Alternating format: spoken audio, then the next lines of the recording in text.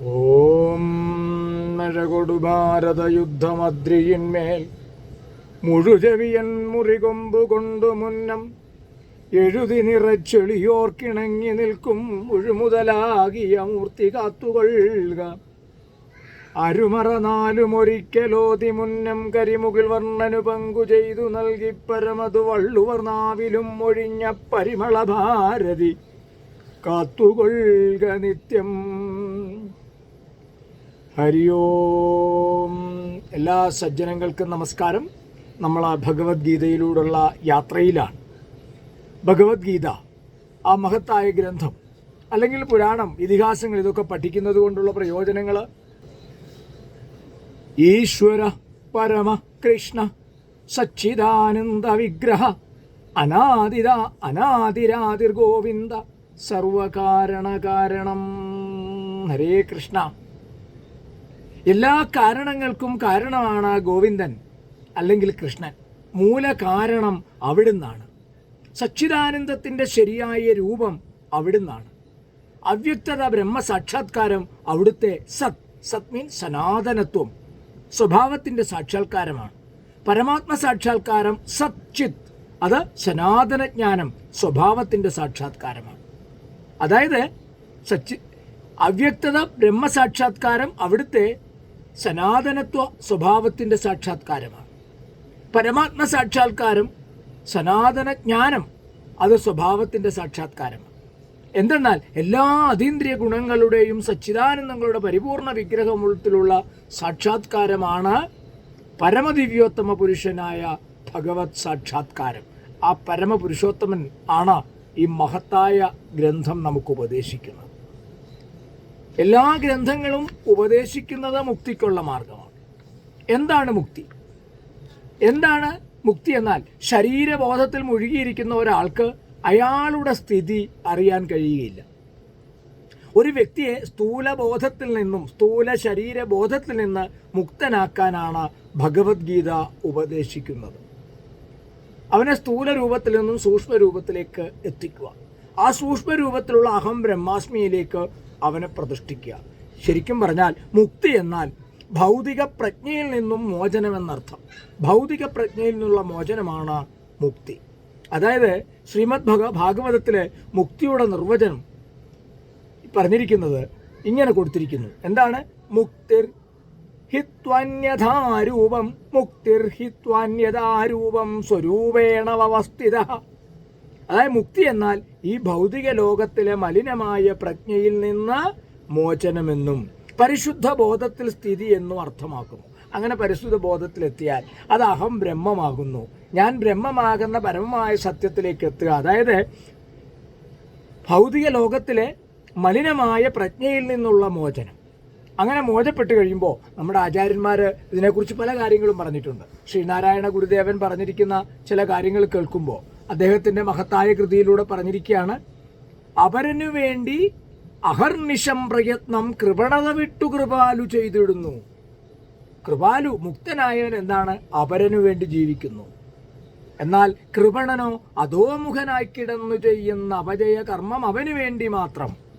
കൃപണൻ എന്താ ചെയ്യുന്നത്? തൻ്റെ കർമ്മങ്ങളൊക്കെ തനിക്ക് വേണ്ടിയും തൻ്റെ മക്കൾക്ക് വേണ്ടിയും ചെയ്യും. ഇല്ലേ? ഒരു ഉദാഹരണത്തിന് വേണമെങ്കിൽ നമുക്കെടുക്കാം.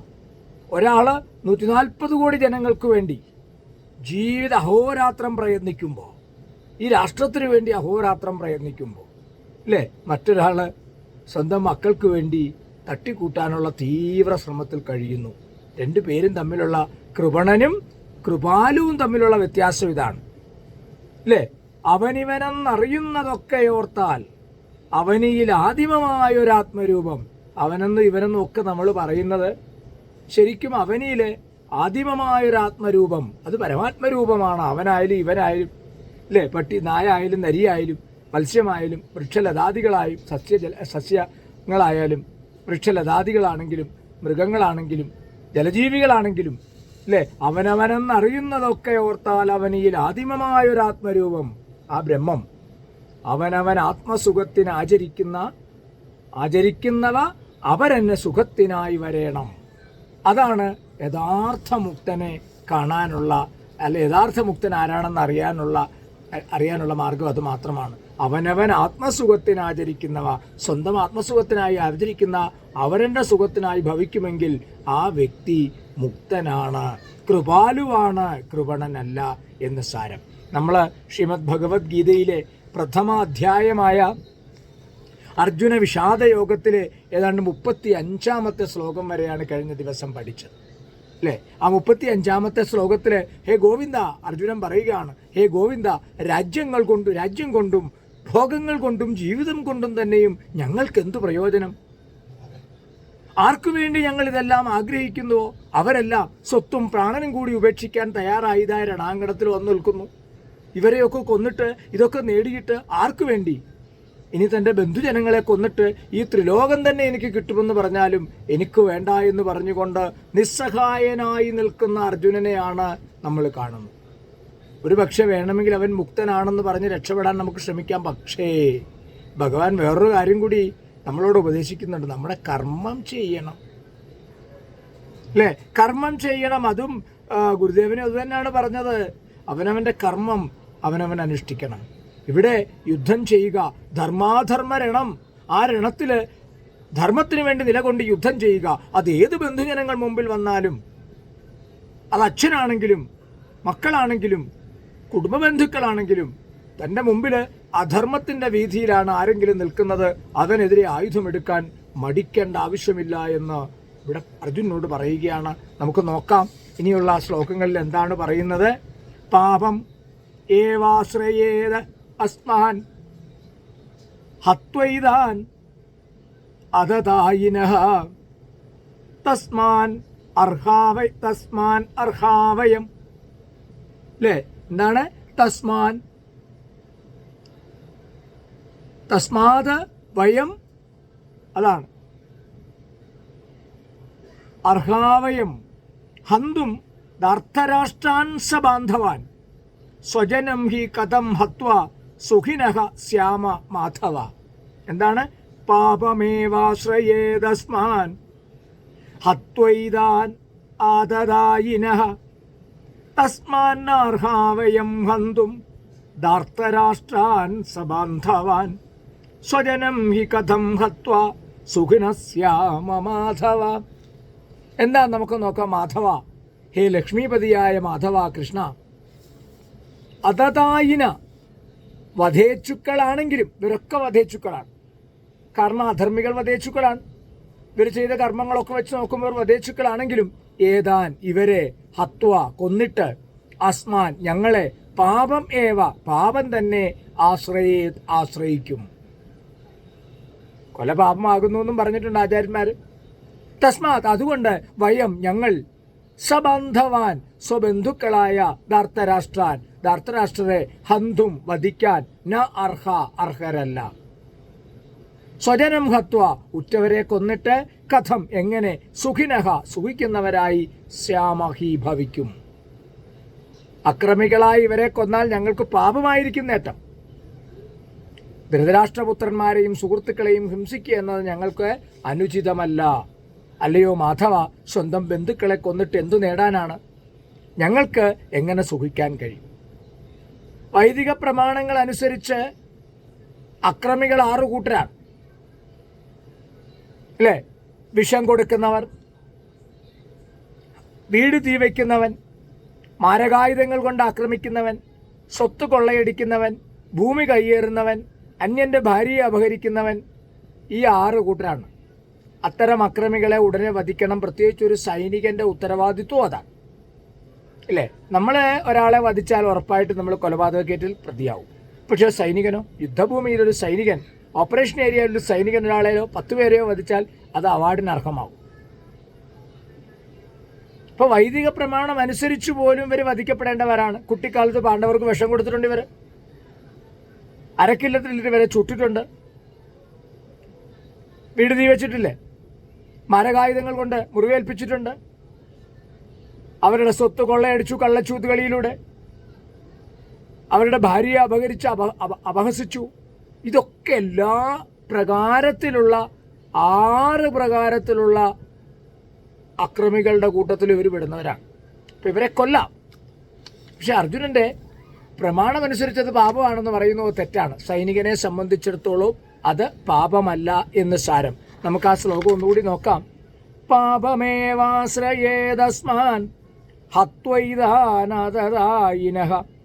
തസ്മാന്നാർഹാവയം ഹന്തും ദാർഥരാഷ്ട്രാൻ സബാന്ധവാൻ സ്വജനം ഹി കഥം ഹത്വ സുഖിനസ്യാമ മാധവ. അടുത്ത ഒരു ശ്ലോകം കൂടി നോക്കാം. യതി അഭി ഏതേ, ഇതെവിടെ ഇരിക്കുന്ന യദ്യപ്യേതേ, എന്തൊക്കെയാത്? യതി അഭി ഏതേ ന പശ്യന്തി ലോഭോപഹത ചേതസഃ കുലക്ഷയകൃതം ദോഷം മിത്രദ്രോഹേ ച പാതകം കഥം ന ജ്ഞേയം അസ്മാഭി പാപാത് അസ്മാത് നിവർത്തിതും കുലക്ഷയകൃതം ദോഷം പ്രപശ്യദ്ഭിഹി ജനാർദ്ദന. കുറേ കാര്യങ്ങൾ അർജുനൻ ഭഗവാനോട് തന്നെ ഭഗവാൻ ഉപദേശിച്ചു കൊടുക്കുകയാണ്. യതി അഭി ഏതേ യദ്യപ്യേതേ ന പശ്യന്തി ലോഭോപഹത ചേതസഃ കുലക്ഷയകൃതം ദോഷം മിത്രദ്രോഹേ ച പാതകം. അടുത്തതോ കഥം ന ജ്ഞേയം അസ്മാഭി പാപാത് അസ്മാത് നിവർത്തിതും പാപാദസ്മാത് നിവർത്തിതും കുലക്ഷയകൃതം ദോഷം പ്രപശ്യദ്ഭിർജനാർദ്ദന പ്രപശ്യദ്ഭിർജനാർദ്ദന പ്രപശ്യദ്ഭിർജനാർദ്ദന. ജനാർദ്ദന അല്ലയോ കൃഷ്ണ, ലോപോപഹത ചേതസഃ ധനേച്ഛയാൽ കീഴടക്കപ്പെട്ട മനസ്സുള്ള ഏതേ ഇവർ കുലക്ഷയകൃതം ദോഷം കുലം നശിപ്പിക്കാനുള്ള ദോഷവും മിത്രദ്രോഹി സുഹൃത്തുക്കളെ ദ്രോഹിക്കുന്നതിൽ നിന്നുള്ള പാതകം ച പാപവും യതി അഭി ന പശ്യന്തി കാണുന്നില്ലെങ്കിലും കുലക്ഷയകൃതം ദോഷം കുലം നശിപ്പിച്ചാലുള്ള ദോഷം പ്രപശ്യദ്ഭി അസ്മാഭി കാണാൻ കഴിയുന്നവരായ നമ്മളാൽ അസ്മാത് പാപാത് ഈ പാപത്തിൽ നിന്ന് നിവർത്തിതും പിന്തിരിപ്പിക്കാൻ വേണ്ടി തത് അത് പാപം കഥം ന ജ്ഞേയം എങ്ങനെ അറിയപ്പെടാതിരിക്കും. ഒരു സംശയമാണ് ഇവിടെ അർജുനൻ ചോദിക്കുന്നത്. അതായത് ജനാർദ്ദന, ഒരു സംശയമാണ്. ജനാർദ്ദന, ലോഭാവേശം കൊണ്ടിവർ ബന്ധുഹിംസയിലും സുഹൃത്തുക്കളോട് പൊരുതുന്നതിലും ദോഷം കാണുന്നില്ലെങ്കിലും കുലക്ഷയത്തിൽ നിന്നുണ്ടാകാവുന്ന ആപത്തുകളെക്കുറിച്ച് അറിവുള്ള നമ്മൾ ഈ പാപകർമ്മങ്ങളിൽ എന്തിന് വ്യാപൃതരാകണം? യദ്യപ്യേതേന പശ്യന്തി ലോഭോപഹതശേതസഃ കുലക്ഷയകൃതം ദോഷം മിത്രദ്രോഹേ ച പാതകം കഥം ന ജ്ഞേയമസ്മാഭി പാപാത് അസ്മാൻ നിവർത്തിതും കുലക്ഷയകൃതം ദോഷം പ്രപശ്യദ്ഭിർജനാർദ്ദന. കുലക്ഷയം അതെങ്ങനെയാണ് ബാധിക്കുന്നതെന്ന് കൂടി അർജുൻ ഇവിടെ പറയുന്നത്. നമുക്ക് 39-ാമത്തെ ശ്ലോകം കൂടി നോക്കാം. കുലക്ഷയേ പ്രണശ്യന്തി കുലധർമാസനാതനാഃ ധർമ്മേ നഷ്ടേ കുലം കൃത്സ്നം അധർമ്മഃ അഭിഭവത് ഉദ. എന്താണ് ഈ പറയുന്നത്? അതിഭവതി ഉദ. കുലക്ഷയേ പ്രണശ്യന്തി കുലധർമാ സനാതനാഃ ധർമ്മേ നഷ്ടേ കുലം കൃത്സ്നം അധർമ്മോ അഭിഭവത്യുത. അഭിഭവതി ഉദ അതിഭവത്യുത. എന്താണ് ഇവിടെ പറയുന്നത്? കുലക്ഷയെ കുലം നശിച്ചാൽ എന്തായാലും യുദ്ധമാണ്. ഈ കുലം നശിക്കും, ഉറപ്പാണ്. ഈ യുദ്ധഭൂമിയിലുള്ള ഏതാണ്ട് 17 അക്ഷൗണിപ്പട, 12ഉം 7ഉം, അതെ 19ഓളം അക്ഷൗണിപ്പട. ഈ 19 അക്ഷൗണിപ്പടയും നശിക്കും. 50 ലക്ഷത്തോളം പേരില്ലാതാവും. ഈ കുലങ്ങളെല്ലാം നശിക്കും. അവിടെ നിൽക്കുന്നവരുടെയൊക്കെ പേരുകൾ നമ്മൾ കുലങ്ങളിൽ പെട്ടവരെയൊക്കെ കണ്ടു, അവരൊക്കെ ഇല്ലാതാവും. ആ കുലക്ഷയെ കുലം നശിച്ചാൽ സനാതനാഹ ശാശ്വതങ്ങളായ കുലധർമാഹ കുലധർമ്മങ്ങൾ പ്രണശ്യതി നശിക്കുന്നു. അത് പാലിക്കാൻ ആളില്ലാതെ വന്നാൽ കുലധർമ്മങ്ങൾ നശിക്കുന്നു. ധർമ്മേ നഷ്ടേ, ധർമ്മങ്ങൾ നഷ്ടപ്പെടുമ്പോൾ കൃഷ്ണം കുലം, കുലത്തിനൊട്ടാകെ അധർമ്മ, അധാർമികത ഉദ അഭിഭവതി, നേരിടുകയില്ലേ. അധാർമികത നേരിടുകയില്ലേ. ധർമ്മം നശിച്ചാൽ പിന്നെന്താ? അധാർമികത. പക്ഷെ ധർമ്മം നിലനിർത്താനുള്ള യുദ്ധമാണിത്. പക്ഷെ അർജുനന്റെ കാഴ്ചപ്പാട് ശരിയല്ല എന്ന് നമുക്ക് തള്ളിക്കളയാൻ പറ്റില്ല. തീർച്ചയായിട്ടും അർജുനൻ പറയുന്നത് ശരിയാണ്. കാരണം കുലക്ഷയേ പ്രണശ്യന്തി കുലധർമ്മ സനാതന, കുലം നശിച്ചാൽ ശാശ്വതങ്ങളായ കുലധർമ്മങ്ങൾ നശിക്കുന്നു. സനാതന എന്ന് വെച്ചാൽ ശാശ്വതം എന്നർത്ഥം കേട്ടോ. അതുപോലെ തന്നെ ധർമ്മേ നഷ്ടേ കുലം, ധർമ്മങ്ങൾ നഷ്ടപ്പെടുമ്പോൾ കുലത്തിനൊട്ടാകെ അധാർമികത നേരിടുകയില്ലേ ഭഗവാനെ? ഈ ഒരു സംശയമാണ് അർജുനൻ വീണ്ടും ഭഗവാന്റെ മുമ്പിൽ വെക്കുന്നത്. ഉത്തരം നമുക്ക് പ്രതീക്ഷിക്കാം, പക്ഷേ കുറേ കാര്യങ്ങൾ കൂടി അർജുനന് പറയാനുണ്ട്. നമുക്കെല്ലാം കൂടി ഒരുമിച്ച് നോക്കാം. കുലക്ഷയേ പ്രണശ്യന്തി കുലധർമ്മ സനാതനാഹ, ധർമ്മേ നഷ്ടേ കുലം കൃഷ്ണമധർമ്മോ അഭിഭവത്യുത. ആ 4 ശ്ലോകങ്ങൾ നമ്മൾ പാപം ഏവാശ്രയേതസ്മാൻ ഹത്വൈതാൻ ആദദായിനഃ, തസ്മാനാർഹാവയം ഹന്തും ധാർത്തരാഷ്ട്രാൻ സബാന്ധവാൻ, സ്വജനം ഹി കഥം ഹത്വാ സുഖിനഃ സ്യാമ മാധവ. എടുത്തോ. യദ്യപ്യേതേന പശ്യന്തി ലോഭോപഹതചേതസഃ, കുലക്ഷയകൃതം ദോഷം മിത്രദ്രോഹേ ച പാതകം, കഥം ന ജ്ഞേയമസ്മാഭി പാപാദസ്മാന്നിവർത്തിതും, കുലക്ഷയകൃതം ദോഷം പ്രപശ്യദ്ഭിർജനാർദ്ദന, കുലക്ഷയേ പ്രണശ്യന്തി കുലധർമ്മ സനാതന, ധർമ്മേ നഷ്ടേ കുലം കൃഷ്ണമധർമ്മോ അഭിഭവത്യുത. ഹരി ഓം.